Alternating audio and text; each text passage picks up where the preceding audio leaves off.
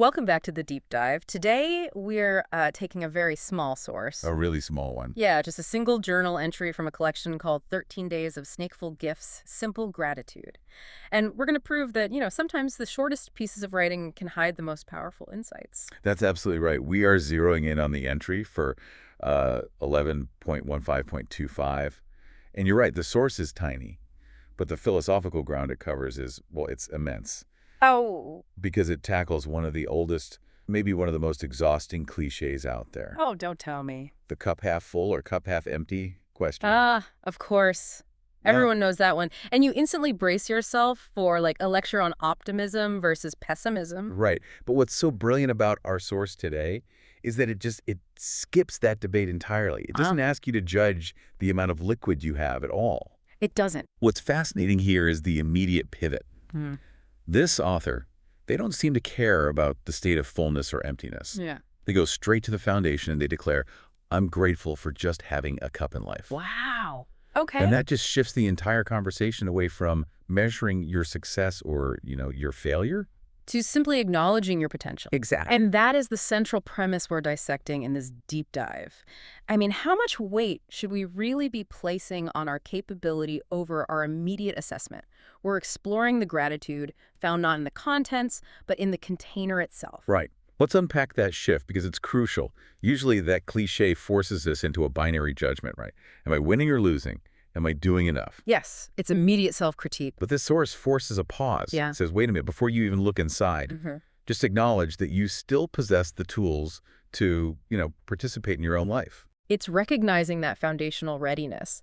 And the author is pretty specific about what that means. They don't just leave the metaphor hanging vaguely. They explain why having the cup is so meaningful, saying it represents so many things in life. And if we connect this to the bigger picture, the cup isn't just, a vessel for water. It's a tangible symbol for the ability to hold future action.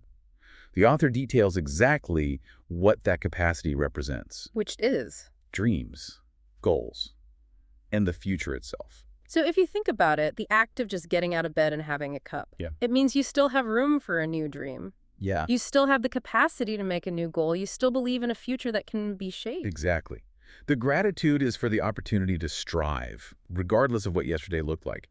It's an acknowledgement that you are still physically and mentally capable of holding potential.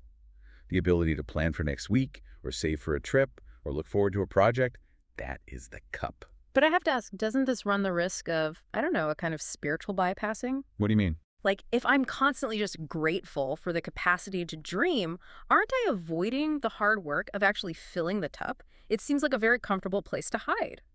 That's a really important question, but I think the text is smart enough to preempt that. The gratitude isn't a substitute for action. It's the necessary precursor to it. Okay, go on. Well, think about it. If you spend all your mental energy immediately judging the level in the cup, which is often, let's be honest, demoralizing, you might not have the strengths left to fill it. Right. So by prioritizing gratitude for the cup itself, you're setting up a baseline of strength. You're telling yourself, I am still functional. I still have the mechanism to succeed, whatever my last result was. That makes sense. It's a self-talk technique. Establish capability first, and then you can measure performance second. Precisely. It's the sheer capacity to hope that warrants the initial thanks. And that brings us to the next point in the entry, where the language gets really, really striking. It does. The author describes showing up each day with this life cup, this vessel that can be filled, as something short of a miracle. That's a surprisingly strong word. A miracle. It is, isn't it? And it speaks to the hidden friction of just living day to day. Why is capability a miracle? Because the author knows how easy it is to lose that capacity. It's not a given. Not at all. I mean, maintaining the sheer ability to hope or to plan requires constant, often invisible effort in a world that kind of specializes in disappointment and distraction. It acknowledges that just surviving to the point where you can strive is an accomplishment in itself. Yes. Think about the wear and tear life puts on all of us. Think about how difficult it is to sustain creativity or optimism or resilience over years and years. The capacity to still hold a dream, that vessel, it's precious. And the author uses these really potent visuals to remind us of the threats to it. They do, and that's where the analysis gets truly deep, because they bring in these contrasting elements, the obstacles you find during the journey. The text says the cup can shatter, get lost, or get buried. And those aren't the same thing. They feel like three distinct and, frankly, terrifying ways to lose your potential. Let's break those down, because you're right, they are not synonyms. They represent three very specific types of defeat that you might face. Okay, let's start with shatter. That feels catastrophic. It sounds immediate. Shattering is that sudden, dramatic trauma that just fundamentally changes the shape of your world. If your cup is your career goals, shattering might be a massive business failure or a sudden diagnosis. Or a betrayal that completely obliterates your trust and your willingness to try again. Exactly. It's an event that leaves you feeling fundamentally broken, incapable of holding anything new. You're suddenly out of the game. Right. Okay, now contrast that with lost. A lost cup feels much quieter. Much quieter. It implies something that drifts away gradually. Maybe you don't even notice. You didn't shatter it. You just, put it down somewhere and forgot where. So losing the cup could be that slow, creeping realization that you've been on autopilot for years. You know you had ambition, but you can't quite remember what it was or why it even mattered. That's it. It's a loss of direction or burnout that just leaves you feeling aimless. You still exist, but the capacity for clear, defined potential has vanished. You're just reacting to life, not planning it. And finally, buried. That one implies an external force or neglect. Maybe even hiding it on purpose. Buried is apathy. It's the weight of routine and responsibility. It suggests the cup is still intact, but is completely covered by the soil of daily drudgery, endless to-do lists, unmet obligations. So the potential is there, but you can't reach it. You can't even see it. It's buried under piles of paperwork or maybe just fear of failure. Like so. So the gratitude for the cup is really a celebration of the resilience of the container itself. Yes. The fact that it hasn't been shattered by catastrophe, it hasn't been lost through apathy, and it hasn't been buried by inertia. That synthesis is key. The true source of daily gratitude is recognizing the effort it takes to simply have the vessel. Before any measure of success or failure even comes into play, you're grateful for still having skin in the game. And that structural thinking leads perfectly into the conclusion of this little entry, which gives us the ultimate practical instruction. It does. The author wraps up by saying they are grateful to wake up with a life cup to which it can be filled. And this is where we can pull out the ultimate strategy. Notice the timeline there.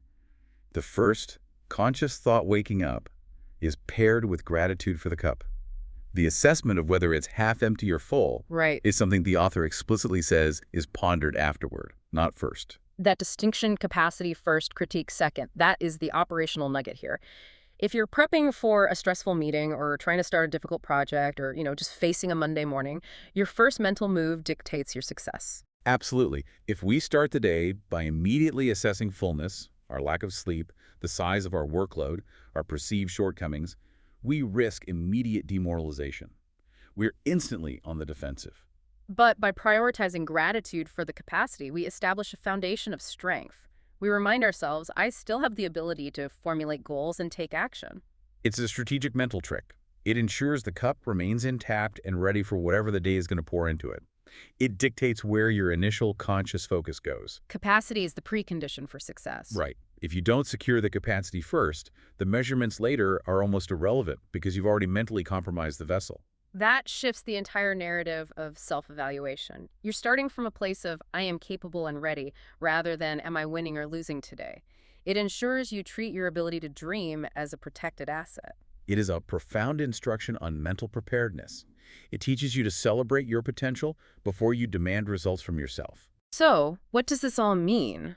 I think this deep dive really encourages us to fundamentally shift our daily focus, to stop assessing your current progress the moment you wake up. Yes. Instead, just pause.